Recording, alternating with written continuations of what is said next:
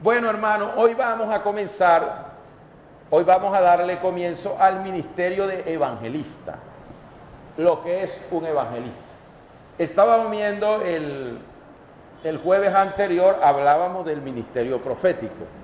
Quisiera uno ser un poco más amplio, un poco más detallado en algunas cosas, pero lamentablemente tenemos el factor tiempo que prácticamente nos va alcanzando y prácticamente nos limita.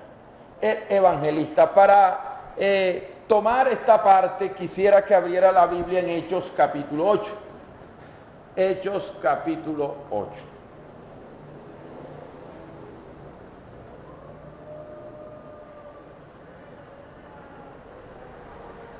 Hechos capítulo 8. ¿Está ahí? Amén. Vamos a colocarnos de pie un momento. Verso 4. Capítulo 8, verso 4. Pero los que fueron esparcidos iban por todas partes anunciando el evangelio. Entonces Felipe, descendiendo a la ciudad de Samaria, les predicaba a Cristo. Y la gente unánime escuchaba atentamente las cosas que decía Felipe, oyendo y viendo las señales que decía. Porque de muchos que tenían espíritus inmundos salían estos dando grandes voces, y muchos paralíticos y cojos eran sanados. Así que había gran gozo en aquella ciudad. Pero había un hombre llamado Simón, que ejercía la magia en aquella ciudad y había engañado a la gente de Samaria, haciéndose pasar por algún grande. A oían atentamente todos, desde el más pequeño hasta el más grande, diciendo: este es el gran poder de Dios. Y estaban atentos porque con sus artes mágicas les había engañado mucho tiempo. Pero cuando creyeron a Felipe, que anunciaba el evangelio del reino de Dios y el nombre de Jesucristo, se bautizaron hombres y mujeres. También creyó Simón mismo, y habiéndose bautizado, estaba siempre con Felipe. Y viendo las señales y grandes milagros que se hacía, estaba atónito. Padre, bendícenos con tu palabra, en el nombre de Jesús. Amén. Puede sentarse, hermano. El ministerio de evangelista es un ministerio nuevo testamentario, es decir, que solo hace parte del Nuevo Testamento o por primera vez aparece para la iglesia. Mientras que el ministerio de profeta es un ministerio que no aparece solo en la iglesia o en el Nuevo Testamento, sino que es antiguo testamentario. Por ejemplo, hablábamos de Enoc, que fue para los tiempos de Adán, era profeta. Hablamos de Moisés, que fue profeta, de Jeremías, de Elías, de Daniel, de Isaías. Todos ellos fueron profetas. Quiere decir que era un ministerio que también se encontraba en el Antiguo Testamento o la ley de Moisés. El evangelista solo aparece para la gracia. Es un ministerio que está vigente solo para la iglesia, para la obra del Señor. Y este ministerio tiene un nombre que proviene de la palabra evangelio. Se le llama evangelista porque predica el evangelio. El evangelio es uno solo, pero la Biblia nos menciona a nosotros que hay 4 libros que se llaman los evangelios. Cuando Pablo le escribe a los Gálatas en el capítulo 1 a partir del verso 7, habla de la gente que está predicando un evangelio diferente.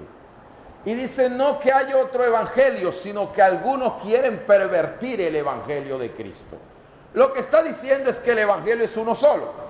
¿Y por qué, si el evangelio es uno solo, por qué la Biblia habla del evangelio de Mateo, el evangelio de Marcos, el evangelio de Lucas y de Juan, si es uno solo? Porque los 4 libros nos hablan del evangelio. No quiere decir que hayan 4 evangelios, sino 4 libros que hablan del evangelio, que es distinto. Y cada libro le da un enfoque diferente a la vida de Cristo. Porque ¿qué es el evangelio? La palabra evangelio significa buenas nuevas. Por eso cuando a alguien se le va a predicar el evangelio, le tiene miedo. ¿Y qué es el evangelio? Una buena noticia. Cuando a alguien se le habla el evangelio, es decir, vengo a decirle que alguien lo puede sanar. Vengo a decirle que alguien lo puede libertar de ese alcoholismo que usted tiene. Vengo a decirle que su matrimonio tiene solución. Vengo a decirle que usted puede pasar de muerte a vida. Vengo a decirle que Dios le puede ayudar, que Dios le puede sacar de sus deudas. Eso es el evangelio, buenas noticias. Y la gente lo ignora y más bien cierra la puerta. Pero Dios no le trae una mala noticia, sino que le trae una buena noticia. El evangelio o los evangelios, los 4 libros, son lo que se le llama sinópticos o libros complementarios, porque un libro se complementa con el otro. Si usted lee Mateo, en Mateo 13 dice la parábola del sembrador. Y uno lee Marcos 4, la parábola del sembrador. Y lee Lucas, la palabra del sembrador. Y la gente se pregunta, ¿por qué repiten lo mismo? No basta con que lo hayan escrito una sola vez. ¿Para qué lo repiten tanto? Lo que pasa es que un evangelista, un escritor, revela un detalle que otro no puede revelar. Por ejemplo, usted lee en Mateo capítulo 8 y dice los endemoniados de Gádara o los 2 endemoniados. Pero usted lee Marcos capítulo 5 y dice el endemoniado de Gádara. Mateo habla de 2 endemoniados y Marcos habla de 1. A simple vista uno dice, alguno de los 2 tiene que estar equivocado. O eran 2 o era 1. No es que estén equivocados, es que cada evangelio se enfoca. Y cuando Marcos escribió, Marcos dijo, a mí no me interesa el otro endemoniado, me interesó fue 1 y este es el que voy a describir. Y por eso cuando se habla del endemoniado de Gádara, la historia más detallada de ese endemoniado está en Marcos capítulo 5. Mientras que Mateo los vio superficialmente y escribió unos cuantos versículos de los 2 endemoniados. Cada uno tiene un enfoque diferente. Por eso nosotros vemos que dice evangelio según San Mateo, es decir, según la forma como él lo vio.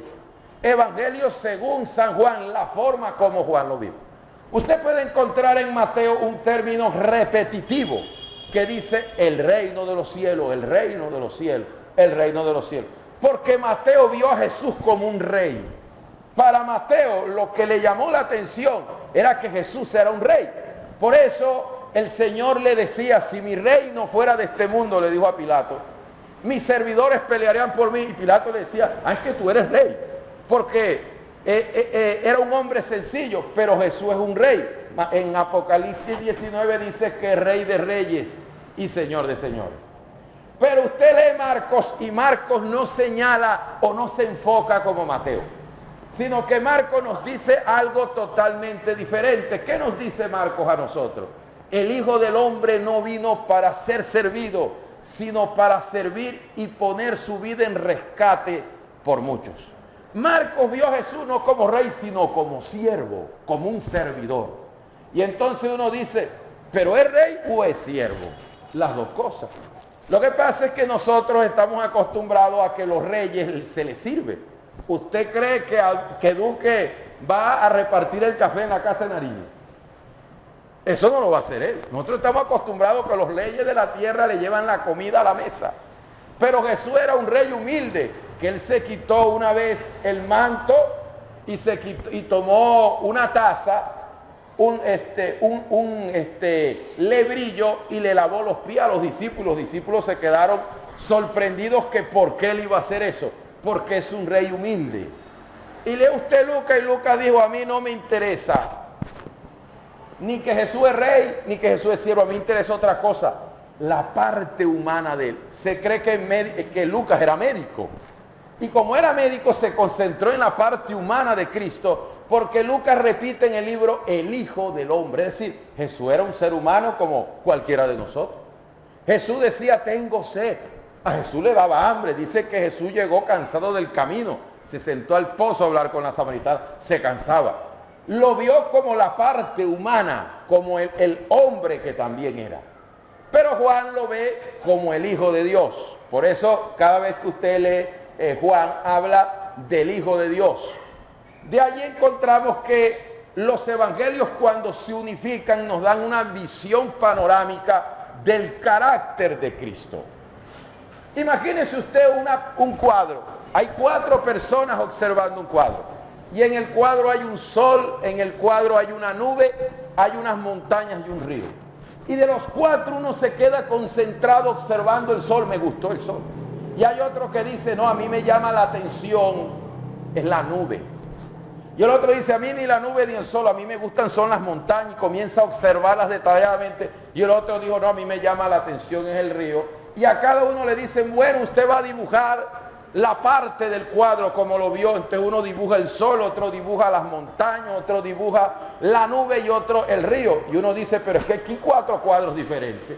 Este dibujó un sol, este una montaña, este un río y este una nube. Parece una contradicción, es el mismo cuadro, sino que cada uno se interesó en algo diferente. Al reunir los 4, usted tiene el cuadro completo. Eso es los 4 evangelios. No se puede leer uno y no el otro. Si usted quiere tener un cuadro completo de la vida de Cristo, tiene que leer los 4 evangelios.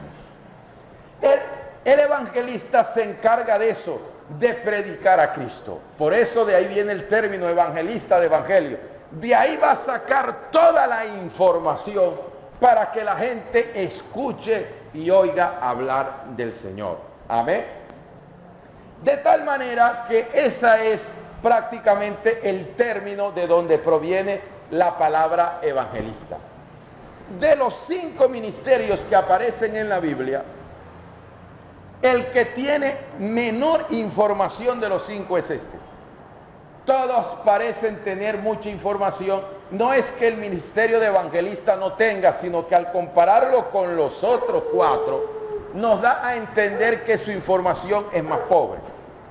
Solamente directamente en la Biblia podemos encontrar que la palabra evangelista se le aplica directamente a 2 personajes. Mientras que usted puede encontrar que la palabra apóstol se le aplica a los 12 que andaban con Cristo, se le aplicó a Pablo, se le aplicó a Bernabé, se le aplicó a muchos hombres de Dios. La palabra profeta se le aplicó a muchos hombres de Dios. Entonces tenemos muchos prototipos para estudiar en cuanto a ese tema. Pero cuando llegamos al evangelista no vamos a encontrar muchos prototipos, vamos a encontrar menos prototipos. Solo hay 2 personajes en la Biblia que directamente se les dice evangelista. A Felipe, el evangelista, y a Timoteo. Cuando Pablo en 2 de Timoteo capítulo 4 le dice, a sobra de evangelista, cumple tu ministerio. Tenemos esos 2 prototipos y de ahí es donde desarrollamos las cualidades, las características que posee una persona que contiene este ministerio. Creo que es un ministerio que todos nosotros hemos tratado, ¿verdad? Muchos de ustedes habrán hablado con un evangelista. No es para nuestros tiempos tal vez uno de los ministerios más comunes que podemos tratar debido a que son utilizados con alguna frecuencia en la obra de Dios. La mayoría ha tratado o ha escuchado hablar de un evangelista. Un evangelista contiene las siguientes funciones. La función del evangelista, una de las funciones del evangelista, es edificar la iglesia. Sé que hay muchos conceptos sobre la función esencial del evangelista y que esa función esencial del evangelista la han convertido en la única función del evangelista. La función esencial del evangelista, que la vamos a tocar después, es salvar las almas, dar a conocer a las almas perdidas del evangelio, que las almas se arrepientan y se conviertan a Cristo. Esa es su función esencial. Pero algunos la han convertido como la única función y no se han dado cuenta que el ministerio de evangelista no es solamente salvar almas. Entonces algunos han convertido el ministerio de evangelista solo para afuera, para la calle, y eso es una gran equivocación. Cuando el apóstol Pablo nombra en Efesios los 5 ministerios, apóstol, profeta, evangelista, pastor y maestro, en el verso 11 del capítulo 4, al leer el verso 12 dice, para la edificación del cuerpo de Cristo. Quiere decir que el apóstol es para la edificación del cuerpo de Cristo. El pastor es para la edificación del cuerpo de Cristo. El maestro, el profeta y el evangelista también está en la lista. Quiere decir que el ministerio de evangelista también es para edificar la iglesia. Creo que pueden haber unos motivos por los cuales el ministerio de evangelista se le ha aplicado solo esa función, y consideran algunos que su ministerio está de la puerta del templo hacia afuera, que en la iglesia no hace absolutamente nada. Uno de los motivos por los cuales creo que hay esta visión errada de este ministerio es por falta de conocimiento. Porque cuando una persona tiene habilidad para predicarle a las almas perdidas, le dice: no, hermano, usted lo llamó fue para los perdidos. Y prácticamente a eso debe dedicarse. Y se supone que los perdidos están ¿dónde?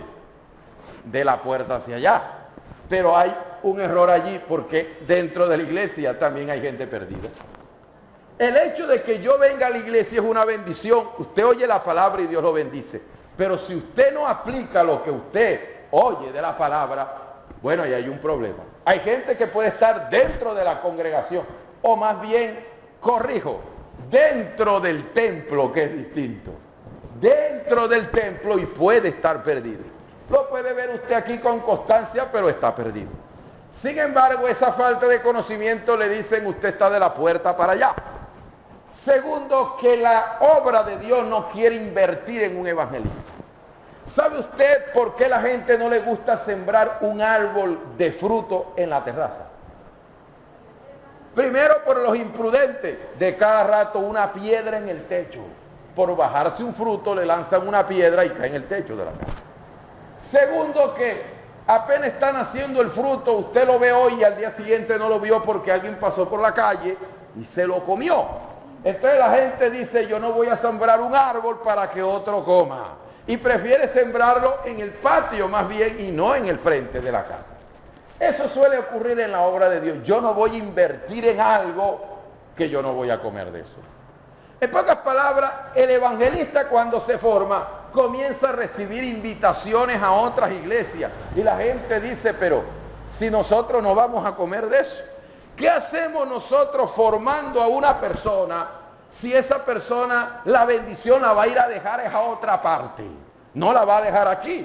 Se va a mover para un lado, se va a mover para el otro, se va a mover para el otro, y a nosotros no nos va a quedar lo que nosotros hemos invertido.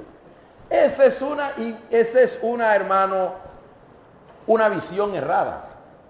¿Por qué? Porque a veces nosotros no pensamos que las almas se van a beneficiar. Imagínense si el pastor de Gille Ávila hubiera pensado eso. Si Gille Ávila no va a predicar aquí en la iglesia, él se va para afuera, así que yo no voy a invertir eso. ¿Cuántos están en la iglesia gracias a que oyeron un evangelista? ¿Cuántos no conocen al Señor y son cristianos hoy porque los invitaron a una campaña? ¿Qué tal que el pastor de ese hermano hubiera pensado así? Usted no estuviera aquí. ¿Cuántas almas no se hubieran perdido si Dios no levanta al hermano Gille? Muchas almas se hubieran perdido. De tal manera, hermano, que aunque a veces uno no se beneficie personalmente, otros se van a beneficiar. Y lo que le puedo decir, a veces uno siembra en una parte y no recoge ahí, pero recoge en otra. Dios tarde o temprano le va a pagar lo que usted ha sembrado.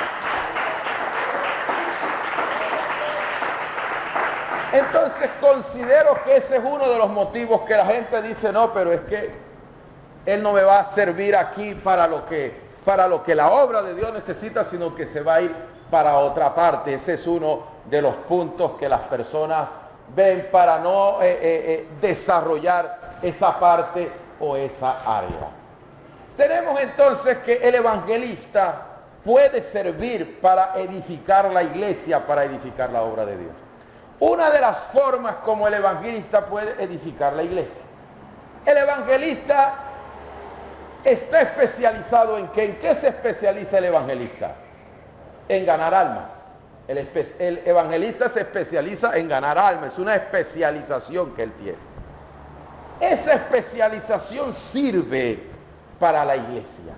Entonces, el evangelista prácticamente puede motivar a la iglesia a ganar almas. Porque eso es lo que él tiene. Cuando un evangelista no cumple su función dentro de la iglesia no tiene motivación. Imagínense que hay iglesias que todo lo invierten dentro de ellos mismos. Nadie está interesado en ganar almas. Hay iglesias que se reúnen, ¿sabe para qué? Para ver de qué color van a comprar la cortina. Se reúnen para ver qué marca de micrófono van a comprar. Se reúnen para tantas cosas, pero no se reúnen nunca para este tipo de cosas. Y entonces la iglesia a veces nosotros, no es que no sea necesario, usted tiene que visitar a un hermano. Si el hermano no ha venido, hay que estar pendiente de los hermanos. Pero hermano, a veces no estamos invirtiendo tanto tiempo en nosotros mismos. No estamos invirtiendo en el mismo cabezón que tiene un mes que no viene, lo visita bien y demora otro mes para no venir y así se la pasa 2 y 3 años. Y nos olvidamos de la gente que está afuera y nos concentramos solo en los que estamos adentro. Y nos olvidamos que afuera hay almas que necesitan al Señor. ¿Cuántos sienten la motivación? Voy a agarrar un parlantico y me voy a parar en una esquina. Vamos a irnos para un parque a repartir unos tratados. Vamos a tocar esta manzana, a hablar de Cristo. Alguien que haga eso. Y cuando hay un evangelista que cumple su función, siempre está insistiendo, está motivando. Hermano, vamos a predicar el evangelio. Hermano, vamos a expandir el reino de Dios. Hermano, vamos a estar predicando la palabra. Hermano, hay que estarle hablando a la gente en un bus, en una calle, en su trabajo. No desista. El evangelista es quien crea esa motivación, esas ganas, porque él tiene una pasión.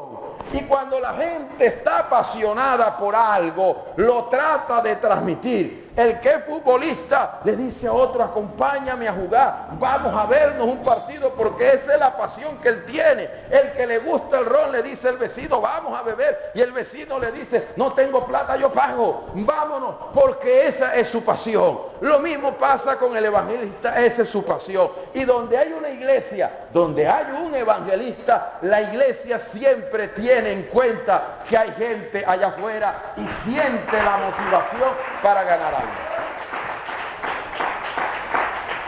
Esa es una forma de edificar. La otra es instruyendo. Si el evangelista se ha especificado en ganar alma, él sabe cómo hacerlo. Él sabe cómo ganar alma, porque uno tiene que aprender a ganar almas. A ver cuántos de ustedes aprendieron a pescar solos. Hay probablemente, hay gente que aprendió a pescar solo. Pero la mayoría hay que enseñarlo. Agarre la caña de pescar así. Usted la tira cuando usted la sienta templadita. Usted no jala enseguida porque se le va. Usted de a poquito se lo va trayendo. Y cuando lo tenga cerca es cuando usted lo saca. Hay personas que por no saber pescado, el pescado muerde. Y por andar desesperado por sacarlo jala. Y cuando jala se viene el gancho solo. Porque no sabe cómo sacar el pez del agua. El evangelista nos enseña a sacar el pez del agua. Hay personas que cuando no tienen la instrucción, hay evangelistas que creen que solo son evangelistas para la gente de afuera. Yo digo, tiene el ministerio incompleto. Porque un evangelista debe tener palabras para ambas personas. Debe también saberle hablar al pueblo de Dios. Y le voy a dar una muestra bíblica. ¿Qué le dice el Señor a Timoteo? Dice, predica la palabra a tiempo y afuera de tiempo. Reprende y exhorta con toda doctrina. Quiere decir que el evangelista transmite doctrina. El evangelista exhorta. El evangelista tiene palabra para el pueblo de Dios. Y cuando una persona prácticamente tiene palabra para el pueblo de Dios, entonces puede edificar la congregación. Yo recuerdo que a mí hace muchísimos años nos invitó el concilio, hizo una convención y la sede central estaba en los Santanderes. Cuando fuimos allí, nos dimos cuenta que movieron cristianos de todo el país para ir a la convención e invitaron a un evangelista. Y el pastor de la iglesia central donde se hizo la convención le dijo a los hermanos que por favor llevaran almas porque iba a predicar un evangelista. Yo digo, hacerle pagar un pasaje a hermanos que vienen de tan lejos, hacerles pagar aquí hotel y comida para escuchar a una persona que no tiene una palabra para ellos sino solo para los perdidos. Todo el mundo que iba allí, como entraba así salía, porque la palabra solo era para los perdidos. Yo digo, hermano, si usted va a hacer una convención, la convención no es para inconversos. La convención es para creyentes. ¿Para qué vas a hacer traer un hermano del otro lado del país? Para hablarle a los amigos y no a él. ¿Para qué lo vas a hacer viajar de allá? Si no hay palabra de Dios para él. Hacen una convención y resulta que hay hermanos que llevan gente inconversa. ¿Para qué lleva un inconverso una convención? Se supone que es donde se va a reunir el pueblo de Dios. Es un tiempo para el pueblo de Dios, no para los inconversos. Yo me di cuenta que el evangelista estaba incompleto, solo le hablaba a la gente perdida. Yo digo, es que no te has dado cuenta que aquí hay cristianos evangélicos también. No te has dado cuenta que hay gente que conoce el evangelio, pero no tenía palabra para ambos, no tenía la capacidad. El ministerio estaba incompleto. Entonces, cuando un evangelista tiene el ministerio desarrollado, puede instruir al pueblo de Dios. Le voy a dar de pronto el prototipo de evangelista más grande que hay, que Jesucristo. Cuando Jesucristo envió a los apóstoles, a los discípulos a evangelizar, les dijo, antes de irse a evangelizar las almas perdidas, yo los voy a instruir primero. Yo los voy a instruir. Cuando ustedes vayan a predicar, ustedes, cuando vayan por el camino, no vayan por camino de samaritanos. Y los voy a enviar como ovejas en medio de lobos. Así que sed prudentes como serpientes y sencillos como paloma. Y comenzaba a decirles cómo se evangelizaba. Digo, los voy a enviar de 2 en 2, solo no lo puedo enviar. Si yo los envío solo y le sale una muchachita coqueteándolo, el otro está ahí para que el otro se sienta fuerte. Si le sale un brujo, este le predica y el otro en la mente está orando y arrepintiendo. Y cuando lleguen a una casa, decid paz a vosotros, y si no se la devuelve, la paz se devolverá a vosotros. Y lo que le pongan en la casa donde llegué y los acepte, comed todo lo que os pongan a la mesa. ¿Cuántos no llegan a una casa a compartir la palabra y hay gente que es amable? Y hay gente que le dice, no quiere un juguito de naranja. Yo no tomo naranja. No tiene café por ahí, no tiene gaseosa. No seas imprudente. Tómate la parte que te brindaron. Llegan con exigencia. En esa casa no dan ni un vaso de agua. Usted fue a predicar o fue a beber agua. Usted fue a llevar la palabra. Y Jesús los estaba instruyendo cómo debería evangelizarse. Jesús, para poderlos enviar, los instruyó primero. Y eso es lo que hace un evangelista. Los evangelistas instruyen a la gente cómo se predica la palabra, cómo se comparte la palabra. Van formando a la gente para poder prácticamente ganar almas. Hay algo muy importante, porque para ganar almas hay que desarrollar cualidades y características. Allí, por ejemplo, nos dice el sabio Salomón en Proverbios, el que gana almas es sabio. Es decir, para ganar almas hay que usar de sabiduría. ¿Cuántos a veces se encuentran con respuesta de la gente que ustedes los evangélicos no gustan de María? Ustedes los evangélicos no aceptan a Pedro. Yo recuerdo que yo salí comenzando en el Señor con un hermano, pero el hermano era sabio. Y el hermano le decía, no, nosotros sí aceptamos a Pedro. Y yo me quedé viendo, uy, este hermano está como torcido. Y que nosotros sí aceptamos a Pedro.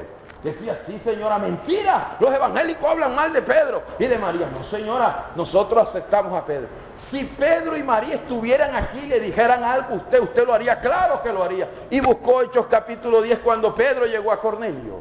Y Cornelio se le arrodilló. Y cuando Cornelio se le arrodilla, Pedro le levanta y le dice, párate que yo soy hombre igual que tú. Y le buscó eso y dijo, esto lo dijo Pedro. Y usted dice que hay que respetar lo que Pedro dice. Nunca se le arrodilla a un hombre, ni siquiera a un papa, porque Pedro, que usted dice que fue el primer papa, ni siquiera permitió que lo arrodillara. Y la mujer, muda. Mire lo que dice María aquí en las bodas de Caná. Cuando Jesús fue a convertir el agua en vino, María dijo, hagan todo lo que Él dice. Quiere decir que a María le gusta que uno haga lo que Jesucristo dice. ¿Usted cree eso? Muda. Yo digo, este hermano es sabio. Ese hermano, sin crear un problema, con sabiduría, se le fue metiendo a la mujer. Hay unos que van a buscar pelea, habla del catolicismo, habla de muñecos, habla que si tiene tanga, que si tiene calzoncillos con corredera. Eso no es palabra de Dios. Usted va a ganarse a la gente, no a pelear con la gente. Hay gente que no, hermano, vámonos de aquí. Dice, no moleste, aquí somos católicos, vámonos. Y el hermano decía, ¿qué aquí? ¿De dónde está la oportunidad? Y tocaba la puerta. No, aquí somos católicos. Y decía, yo también soy católico. Decía, ¿cómo así? Sí, yo soy católico. Pero ¿cómo así que usted es católico, usted es evangélico? No, yo soy católico. Señor, ¿usted sabe qué significa la palabra católico? No, universal. Yo soy católico porque estoy dentro del universo y usted también. Yo soy católico como usted. Se le metía con sabiduría. Nosotros tenemos que aprender, hermano, a ganarnos las almas. Jesús dijo, con paciencia ganaré vuestras almas. Hay gente que quiere ganarse una persona de golpe, la quiere ver cambiada de golpe. Nosotros predicamos y oramos, nosotros no cambiamos. El que cambia es el Señor. Esa es la función de nosotros. El evangelista instruye al pueblo de Dios a ganar almas, hermano. Esa es una de las funciones. Así un evangelista prácticamente está edificando a la iglesia. Otra de las formas de edificar la obra del Señor es avivándola. Avivándola. Usted no ve que la obra de Dios entra a veces en monotonía. La gente aplaude, la gente escucha y se va. Pero a veces no es que uno viva de eso, porque hay hermanos que, hermano, hoy no se habló en lengua. Hermano, hoy nadie botó espuma por la boca. Hermano, hoy nadie pataleó. Hoy a nadie le dijeron lo que estaba haciendo. El Señor estaba ahí, hermano. Lo que pasa es que no siempre Dios se manifiesta de la misma manera, pero hay otro extremo de iglesias donde nunca pasa nada. Yo digo, ahí hay un problema. ¿Cuál es la función del evangelista? La función del evangelista es mantener el avivamiento dentro de la iglesia. Usted no sabe que después que los evangelistas hacen una campaña, la iglesia entra en un apagonazo otra vez. La gente dice, la unción se la llevó en el portafolio. Se acabó la campaña y el Espíritu de Dios se fue con él. No, hermano. El Espíritu de Dios queda en la iglesia. Sino que hay personas que están más avivadas que otras. Yo siempre he dicho que el fuego se pega. Usted quiere prender una hoja, usted agarra el fogón de la estufa de la cocina, lo prende y de allí usted coloca un papel y el fuego que hay en el fogón se le pasa al papel. Y usted con el mismo papel va y prende una vela y con la misma vela va y prende otra cosa. Quiere decir que el fuego tiene la capacidad de pegarse de un lugar a otro. El que tiene fuego tiene la capacidad de transmitirlo. Y un evangelista tiene avivamiento. Un evangelista tiene vida. Un evangelista tiene fuego, tiene presencia de Dios. Vamos a tomarlo con la palabra. En el libro, en 2 de Timoteo capítulo 1, Pablo se encuentra con un evangelista apagado. Y hay evangelistas que se apagan. Una vez un pastor invitó a un evangelista a predicar en su iglesia. Y cuando lo invitó estaba preocupado porque en su iglesia también había un evangelista. Y le dijo al evangelista que había invitado, hermano, yo tengo un evangelista en la iglesia, pero hay un problema con él. Que nadie lo invita, hermano. Nadie lo invita. Y el evangelista se quedó así pensativo. Hermano, ¿y él dónde? Vive aquí en la iglesia, aquí hay una piecita y él vive ahí. Y él le dijo, ¿usted me permitiría entrar a su cuarto? Y le dijo, claro, ¿cómo no? Le abrió y el evangelista entró y comenzó a observar el cuarto.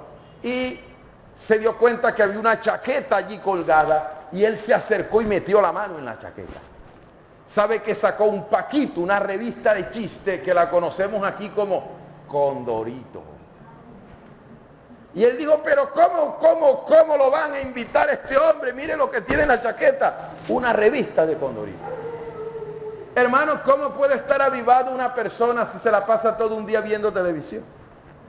¿Cómo puede estar avivada una persona que no se dedica a las cosas de Dios? Hay gente que quiere buscar de Dios el día que le dice, hermano, venga a predicar, y ahí es que va a sacar el mensaje.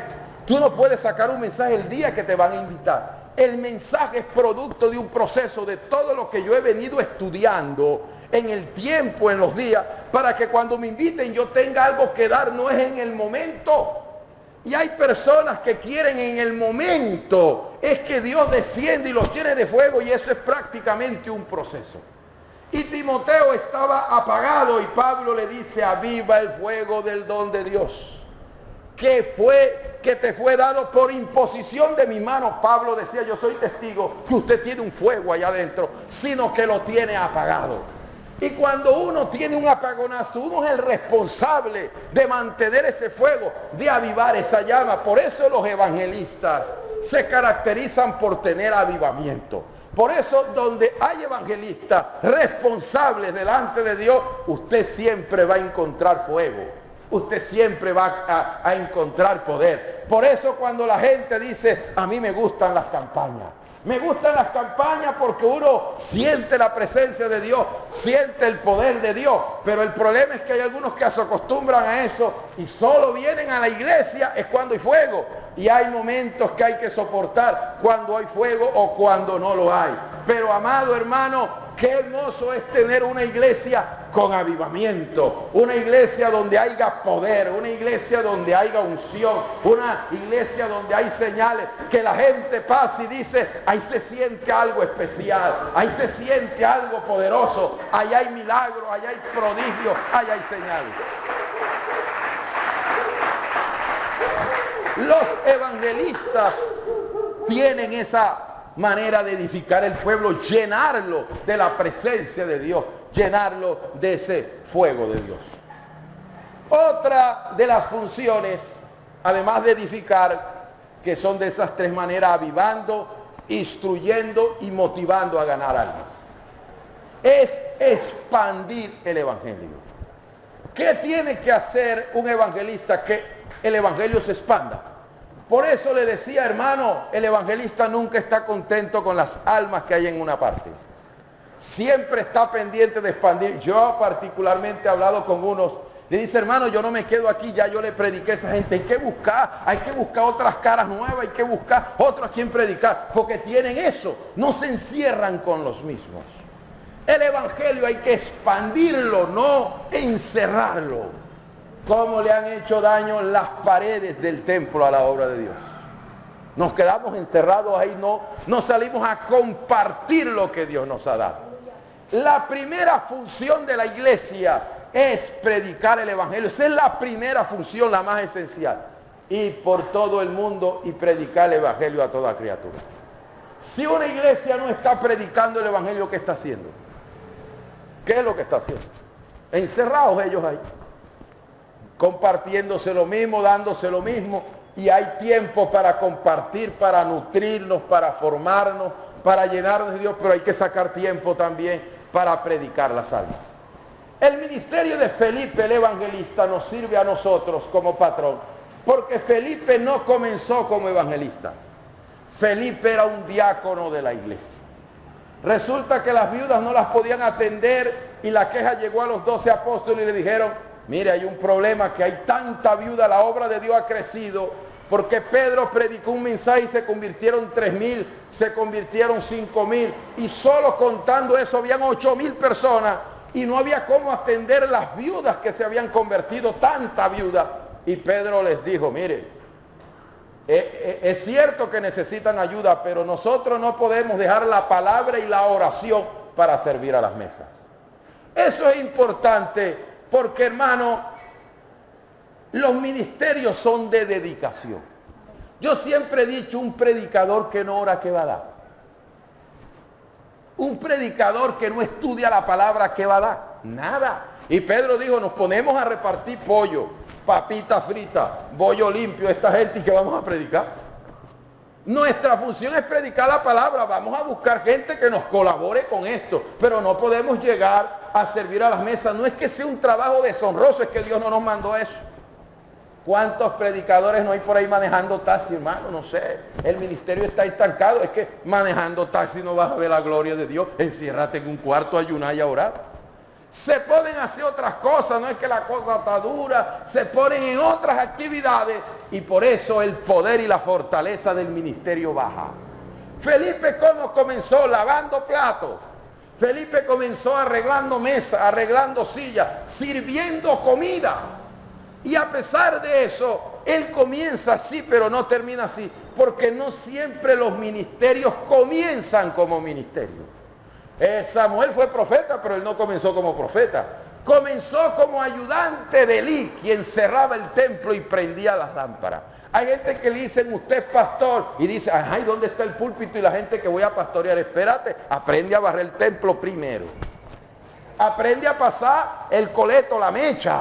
Coleto, como le dicen en Venezuela, el trapero, apréndelo a pasar primero. Y comienza Dios poco a poco a pasarnos por cosas que, aunque no es el ministerio original que Dios va a dar, sirve para prepararnos. Moisés, tú quieres ser profeta, tú quieres ser pastor de este pueblo. Comienza limpiando ovejas, sacando garrapatas, sacando pulgas. Comienza a llevar sol todos los días, ahí para prepararlo. ¿Cómo va a preparar Dios un hombre de Dios tratando con animales? Porque el ser humano es peor que los animales. Usted ve un poco de gallina y usted dice, shh, y las gallinas se van, y usted le dice a un ser humano, quítese de ahí que le va a pasar corriente. Y así, ahí está parado, no se quita. Dios le estaba diciendo a Moisés, te voy a pasar primero con las ovejas, porque la gente que va a salir de Egipto es más terca que un burro. Así que para que no te me vayas a desesperar con la gente, te voy a tratar primero con animales, para que cuando una oveja se te salga del grupito no vayas a matar a palo, sino que ya tú sabes que ellas son así. Como decimos aquí, hay que agarrarla suave, la agarras con el calladito, 2 varitas, le pegas, dime la mata, poquito a poco, y ahí vas agarrando paciencia, para que cuando te toque el pueblo rebelde, ya tú sepas cómo llevar el asunto. Yo conocí un hermano que él estaba decepcionado de la vida, porque Dios le dijo a él que iba a ser predicador, y le tocó vender papel higiénico en las calles de Bucaramanga. Decía, como un hombre que Dios le dice que va a ser predicador de multitudes, lo tiene vendiendo papel higiénico, agarraba un bolsón con el poco de rollo y se iba calle a calle, papel higiénico, papel higiénico, papel higiénico. Y dice, el primer día llegué con la garganta que no podía, ya no podía ni hablar, ya no podía ni comer, estaba hinchado. Y al otro día casi afódico, papel higiénico, papel higiénico. Yo digo, ¿qué hace un predicador vendiendo papel higiénico? Me estoy muriendo aquí. Pero con el tiempo el dolor de garganta fue desapareciendo. Cuando Dios lo llama al pastorado, entonces él entiende por qué Dios lo puso a vender papel higiénico. Hermano, yo agarro el micrófono y digo algo, y eso se escucha a la otra cuadra. ¿Y por qué? Usted tiene una voz fuerte, una voz poderosa. A usted Dios sí le dio esa voz. Usted le oró a Dios por eso, ¿no? Para yo tener esta voz poderosa, me puso Dios a gritar en las calles de Bucaramanga, papel higiénico. Ahora sé por qué Dios me pasó por ahí, para darme la voz que ahora tengo, para compartir la palabra de Dios.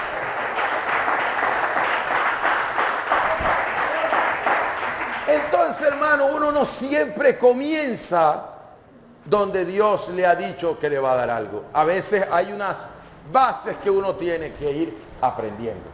Entonces, Felipe se sintió inquieto. El que tiene algo de Dios se siente inquieto.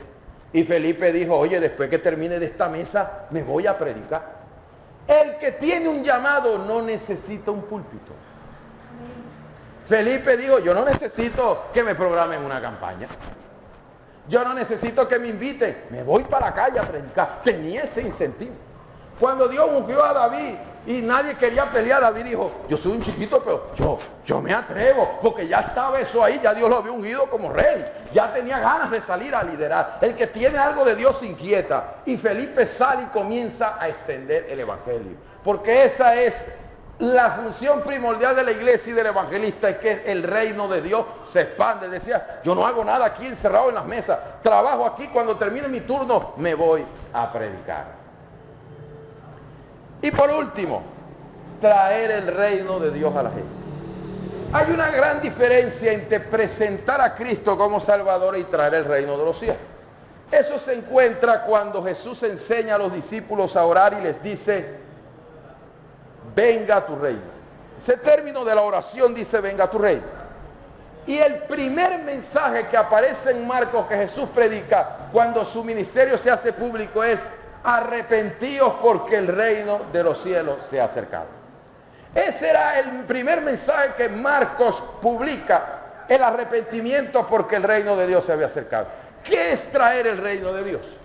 Como es un reino, el reino prácticamente nos da a entender a nosotros que si hay un reino debe tener leyes. ¿Qué reino existe que no tenga leyes?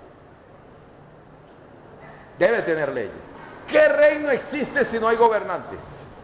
Cuando está diciendo el reino de Dios, es que está invitando a la gente a ser parte de ese reino. Es decir, usted va a ser un ciudadano del reino de los cielos. Por eso Pablo decía, mi ciudadanía está arriba. Mi ciudadanía está en los cielos. Pocas palabras, porque en el tiempo de Pablo ser romano era un orgullo. Es como decir, yo soy norteamericano, yo soy europeo. Era un orgullo. Y Pablo decía, yo no me alegro de mi ciudadanía romana, porque el imperio romano, como todo imperio en la tierra, va a caer. Mi verdadera ciudadanía está en los cielos. Y el apóstol Pablo hablaba de esa manera, porque está en énfasis eso.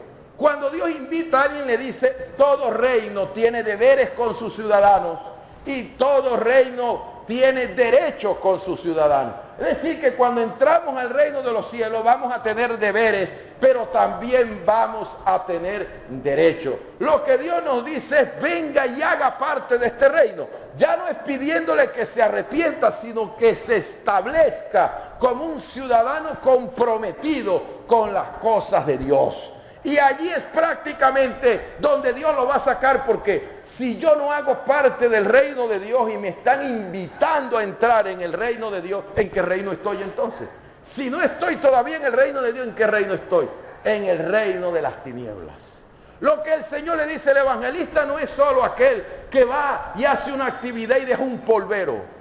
Dejó los milagros, los prodigios, la gente que se convirtió y se fue, sino que también debe tratar de que cuando se gana las almas, que esas almas permanezcan, que esas almas se establezcan. Por eso hay predicadores que después de ganar las almas les dicen, ore todos los días, congréguese, lea la palabra de Dios y si la embarra no huya, sino que pídale perdón de Dios y siga adelante. ¿Qué está buscando el evangelista? No te quiero ver la cara hoy nada más, sino que te quiero ver la cara mañana, pasado mañana, y te quiero ver la cara que cuando ambos muramos nos podamos ver en el reino de los cielos. Tenemos que pedir que ese reino venga a nosotros. Ahora vamos a entrar a las evidencias del reino de Dios. Perdón, las evidencias de un evangelista. ¿Cómo sabemos nosotros que un evangelista es evangelista? Yo siempre me recuerdo de la anécdota del pastor que quería ser evangelista. Hay pastores que quieren ser evangelistas y evangelistas que quieren ser pastores. Y el pastor se las daba, yo soy evangelista, yo soy evangelista. Y de tanto reclamar y de tanto anhelar ser evangelista, una iglesia lo invitó y le dijo, venga y nos hace una actividad, y fue de 3 días. Predicó el primer día y no se convirtió nadie. Predicó el segundo día y no se convirtió nadie. Y al siguiente día él mismo decía, yo le pedí al Señor, Señor, qué vergüenza, qué pena, esta gente me ha traído a mí aquí y no se ha convertido ni un alma. ¿Qué está pasando? Y él dice, eso es lo que él dice, que el Señor le dio una respuesta y le dijo, yo no te traje aquí, viniste tú de tu propia cuenta. Porque tú te crees evangelista y yo a ti no te he llamado como evangelista, te llamé fue como pastor.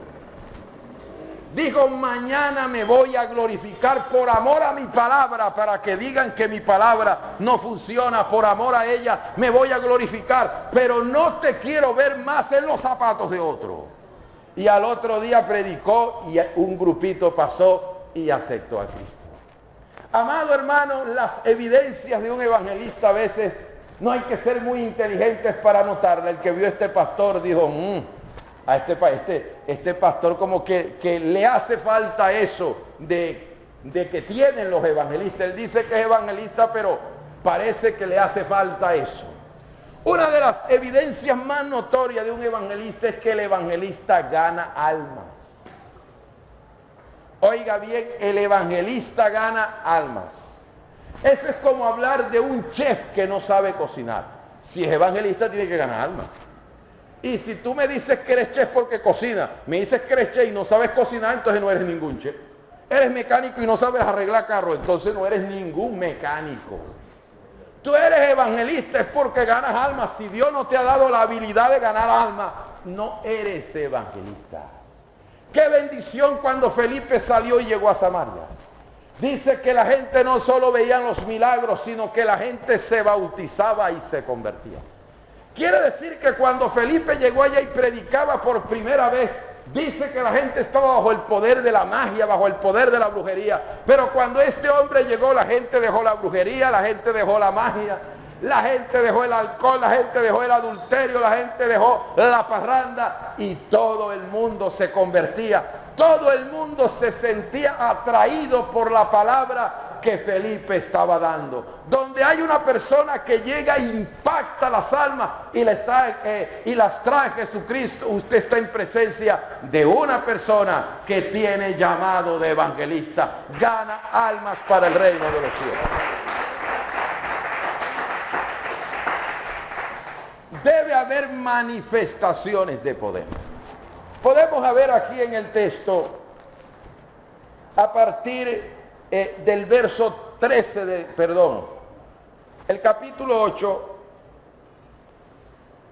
el verso 12.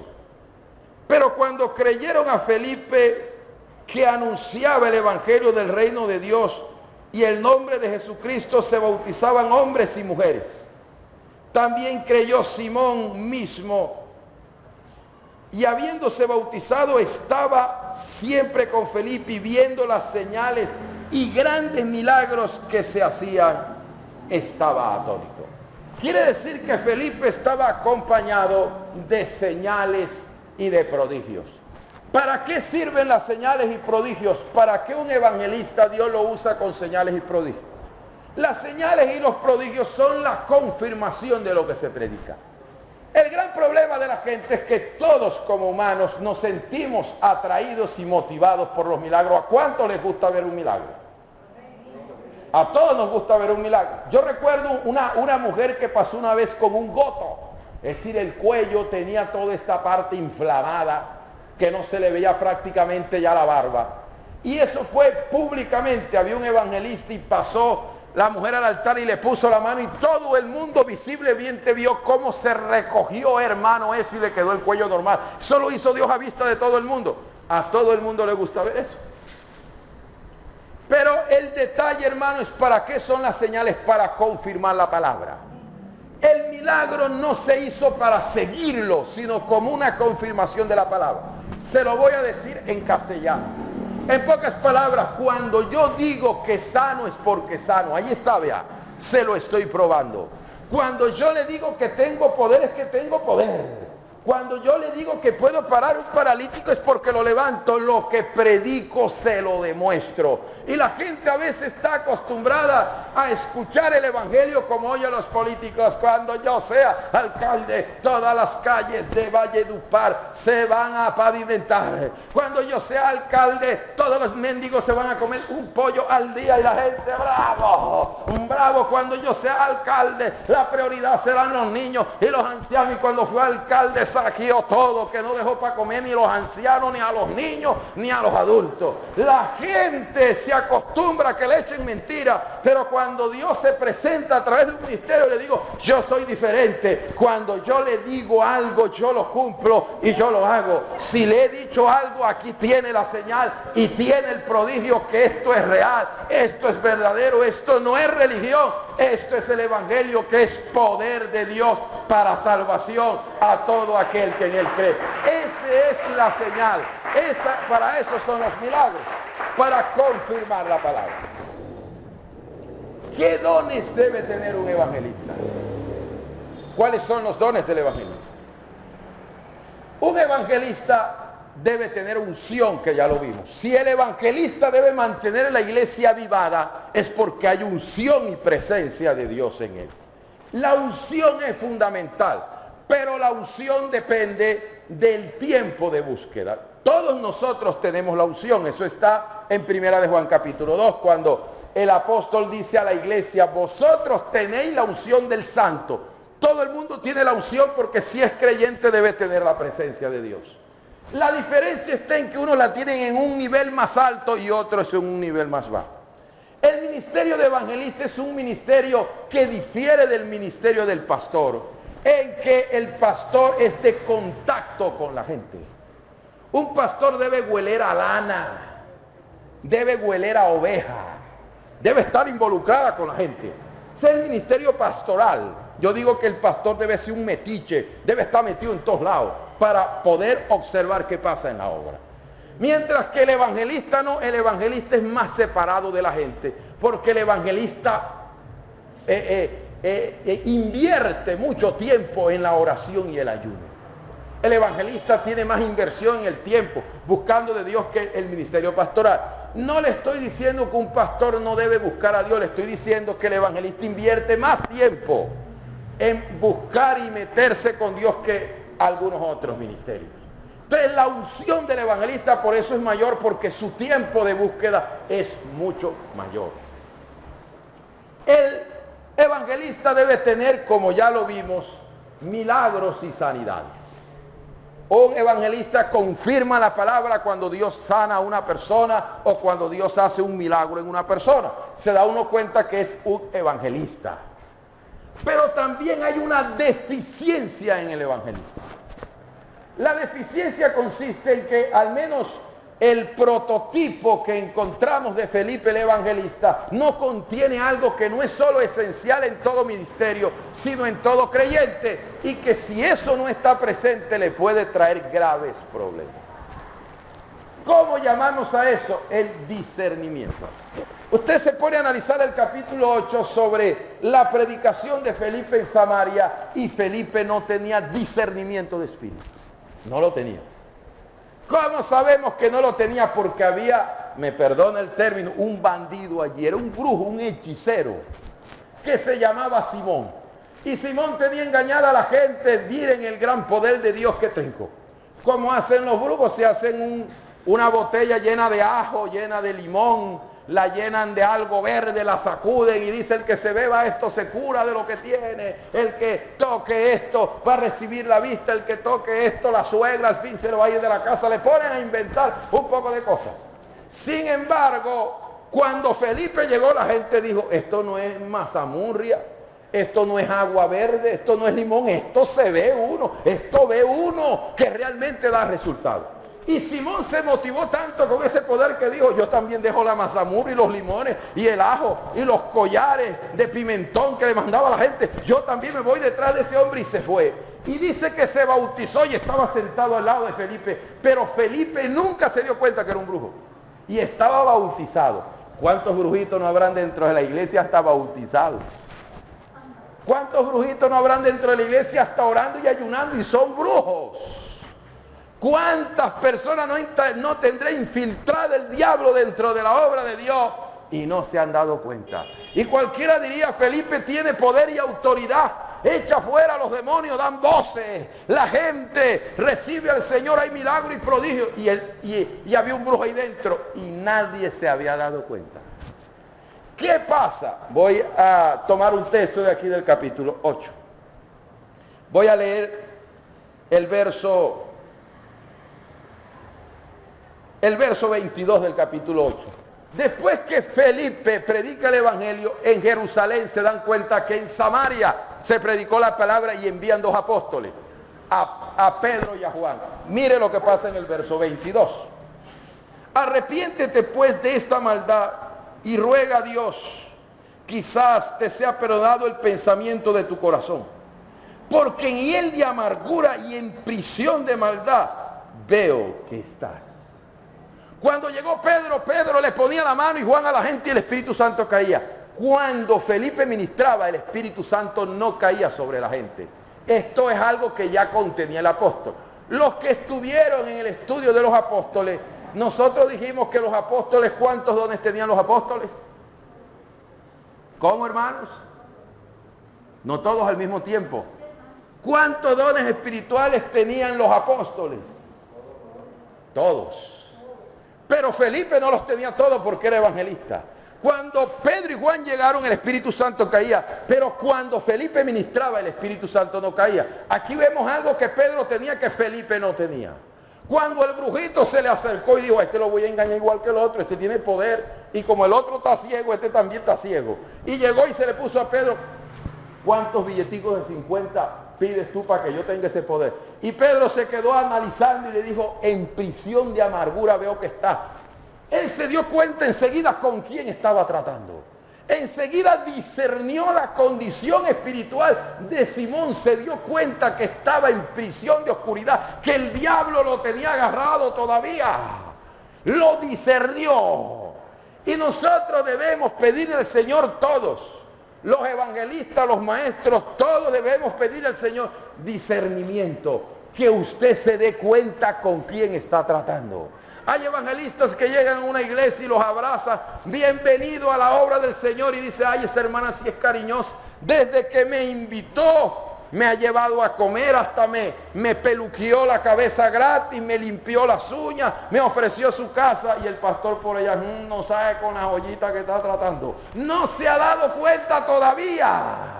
Pero cuando la gente tiene discernimiento, así lo besen, así lo abracen, así lo pongan en un pedestal, se da cuenta, porque el don discernimiento nos da a entender qué es bueno y qué es malo, qué es de Dios y qué es del diablo, qué es del cielo y qué es del infierno.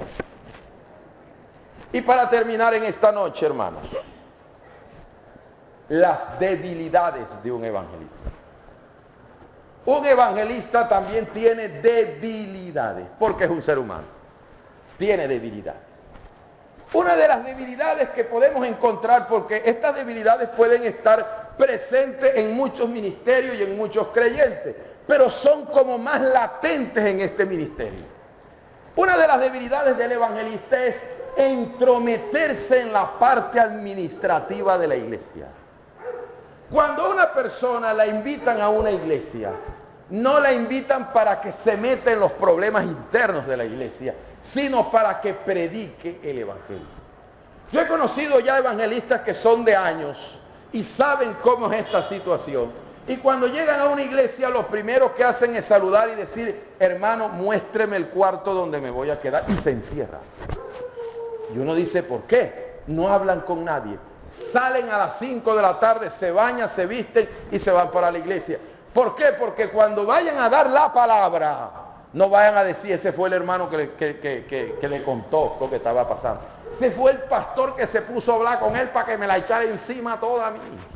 Eso fue fulano de tal que le contó el problema. Ellos se encierran a esperar que la palabra se la dé Dios.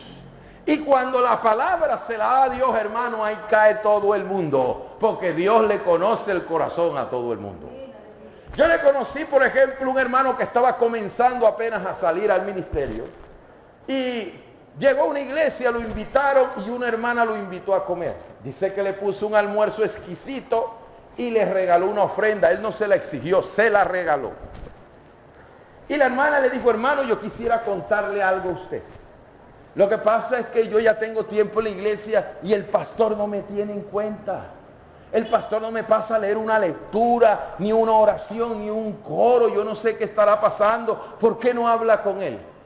Yo digo, si este predicador hubiera tenido algo de discernimiento, se hubiera dado cuenta. La hermana te está utilizando, te compró, te llenó la barriga primero y después te llenó el bolsillo para ablandarte y después utilizarte. En Proverbios 23 dice, cuando algún señor te invita a comer y tienes hambre, pon cuchillo a tu garganta. ¿Por qué? Porque la gente cuando tiene hambre, tú no sabes con qué intención te están invitando. No le estoy diciendo que invitar a un predicador sea malo, sino que no todo el mundo invita con buenas intenciones, que es diferente. Y de allí es prácticamente donde este hermano muerde el anzuelo y se va a hablar con el pastor. Hermano, ¿usted por qué no pone a la hermana? ¿Por qué no es más considerado con ella? ¿Y sabe qué le dijo el pastor? Hermano, yo sé a quién pongo y a quién no. Yo conozco mis ovejas. Y eso te pasa por meterte donde Dios no te ha mandado a meterte. ¿Qué era lo que tenía que hacer el hermano? Decir, bueno, hermano, vamos a orar para que Dios toque el pastor. No se mete en ese cuento. Y hay personas que cuando llegan a una iglesia y ven un problema, creen que porque los invitaron tiene autoridad sobre eso. Hermano, ese es un problema del pastor. Usted no sabe cómo el pastor está lidiando ese problema para usted entrometerse en eso. Una vez una hermana pasó, y usted sabe que hay casas, que la puerta está abierta del frente de la casa, y la puerta, cuando uno ve, va a dar a la puerta del patio. Desde afuera se puede ver la puerta del patio. Y estaba abierta y estaba el pastor sentado con una hermana. Y él ya pasó, y cuando pasó se dio cuenta que el pastor le tenía la mano agarrada. Y ella pasó y dijo: el Señor reprenda al diablo. Este hombre está como que, está en adulterio. Y ella como que reflexionó y dijo: bueno, yo no tengo por qué huir de esto, yo voy a entrar para ver qué es lo que está pasando ahí. Y ella dice que como la puerta estaba abierta, tanto la de la calle como la del patio, ella entró. ¿Sabe qué era lo que estaba pasando, hermano? Que la hermana estaba llorando. Y la hermana, al estar llorando, el pastor le tenía la mano agarrada y le decía: hermana, Dios le va a ayudar, le va a dar fortaleza. Y ella se quedó pensando: no, pero es que el hermano está orando por ella. Si ella no se devuelve, hasta el día de hoy ese hermano hubiera pensado que el pastor era un adúltero. Si no se devuelve, hay cosas que uno ve que no son como uno las ve, hermano. Hay hermanos que, bueno, esa botella la cambiaron. Antes usted, la botella de Ponimalta era igual a la de cerveza Águila. Y había gente que se estaba tomando una Pony, yo lo vi bebiendo cerveza, yo lo vi, eso era una cerveza. Por eso uno le decía a un pastor: cuando usted se va a tomar una Pony, ponga la etiqueta mirando para afuera, que diga Pony Malta, para que no vayan a creer que es una cerveza, si pasa un hermano por ahí. Uno debe tener cuidado con las cuestiones administrativas. No le quiero decir ahora que si usted le hace una pregunta a un evangelista, a un pastor, ya usted es un chismoso, usted es una chismosa, usted va a llevarle crítica. No, lo puede hacer y el evangelista puede orar por eso, pero un evangelista no puede estar interviniendo en los problemas administrativos de la obra de Dios.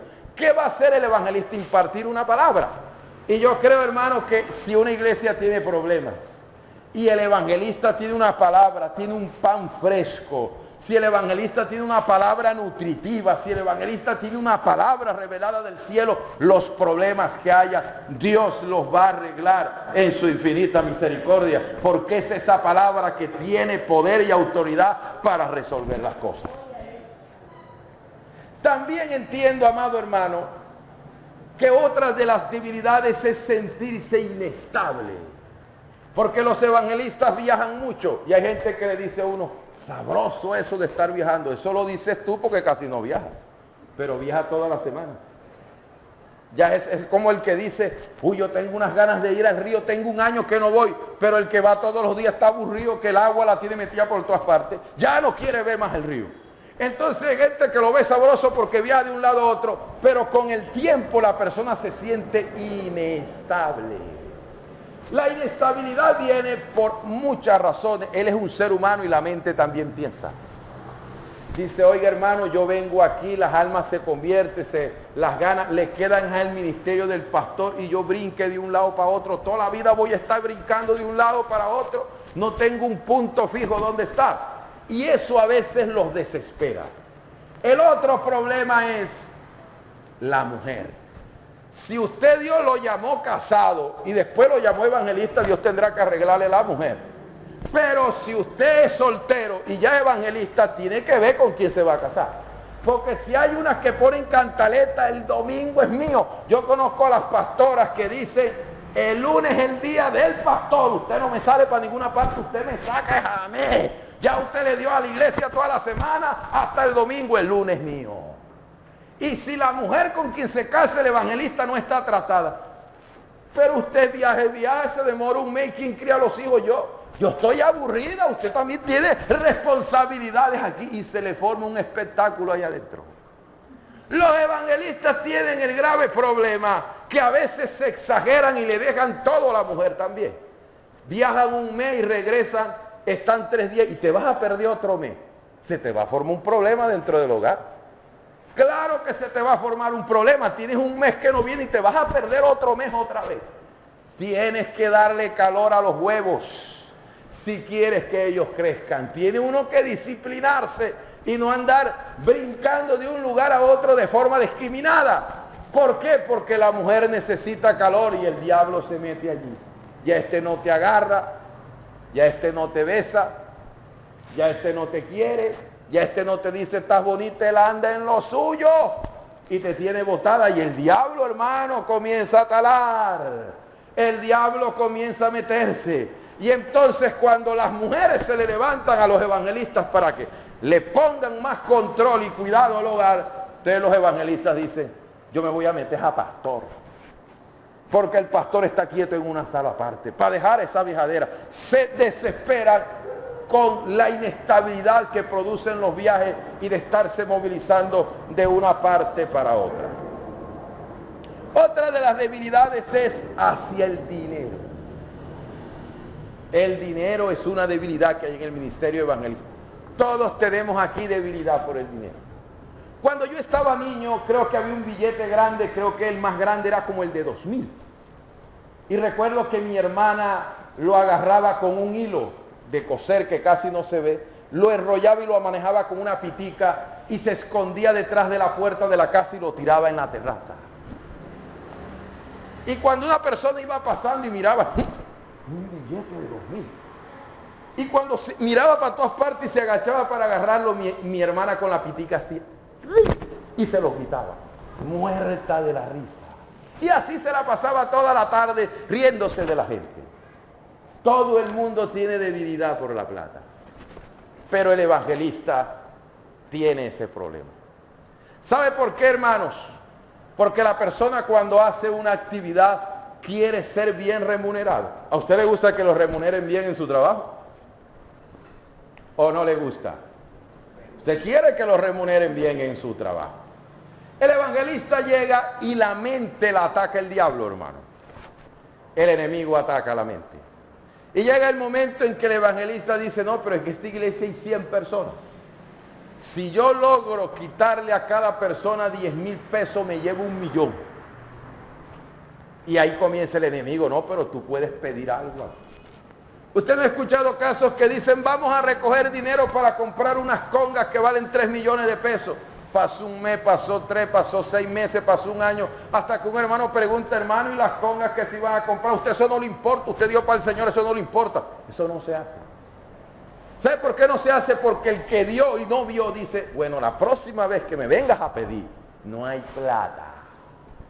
¿Por qué? Porque pierdes la credibilidad. Y hay evangelistas que tienen una tentación. Eche el anillo, eche el reloj, eche lo que tiene en el bolsillo, eche la tarjeta de crédito con la clave, no se lo olvide. Eche todo lo que tiene, eche la chequera que Jehová lo va a bendecir. Eche el billete de 50, eche el pote de leche del niño que Dios se lo va a multiplicar. Yo digo, este no es un evangelista, este es un atracador que es diferente. Hay evangelistas que son vivos, hermanos, son vivos. Hay evangelistas que tienen ese gran problema. Se enteran que hay un hermano que tiene una empresa.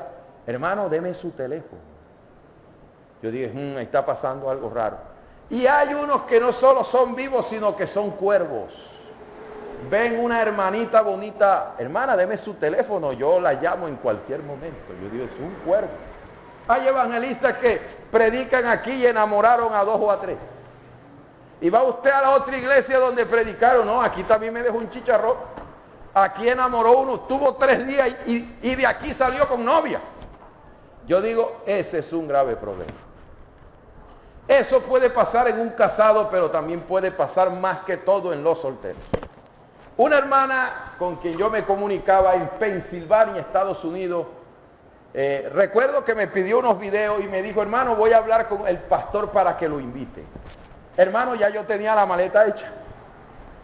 Ya estaba todo prácticamente arreglado. No es difícil entrar a Estados Unidos cuando te piden. Lo difícil de entrar a Estados Unidos es cuando uno quiere entrar por voluntad de uno. Pero cuando alguien te pide es más fácil y que no tengas problemas con la ley. Te dan la visa fácil porque otro te está pidiendo. Y dice que cuando ya estaba todo montado, el pastor de repente le dijo, hermana, una pregunta, ¿ese hermano es soltero o es casado? Y la hermana le dijo, no, hermano, él es soltero. Y le dijo, no viene ya. Y dije, caramba, y eso. Yo dentro de mí dije, alguna mala experiencia he tenido con los predicadores solteros. ¿Por qué, hermano? Porque están solteros y pican aquí, pican allá y pican acá. La gente a veces toma ese tipo de problemas. ¿Cuánto se acerca a un hermano? Hermano, ¿y ese celular? Siémbremelo, siémbreme ese celular. Yo no tengo por qué sembrarle ese celular a usted. Ese celular me lo dio Dios fue a mí. Uy, hermano, ¿qué televisor es el que tiene? ¿Qué reloj? Siémbremelo, que Dios lo va a recompensar. Un hombre de Dios no hace eso, hermano. Un hombre de Dios no hace eso. Un hombre de Dios espera que Dios lo bendiga.